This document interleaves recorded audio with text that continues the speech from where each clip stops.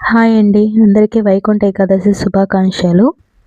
వెంకటేశ్వర స్వామి గుడికి వెళ్ళాము, చెన్నకేశవపురం.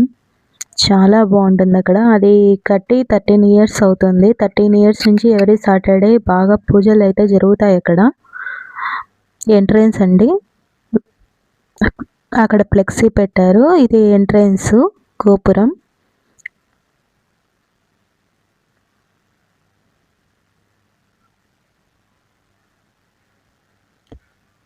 లక్ష్మీదేవి చాలా బాగుంటుంది. వినాయకుడు,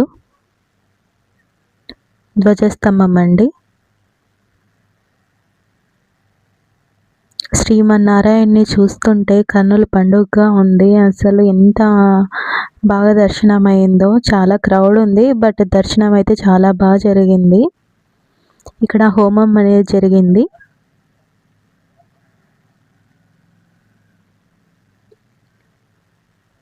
కళ్యాణం నుండి అక్షింతలు కొన్ని దొరికాయి.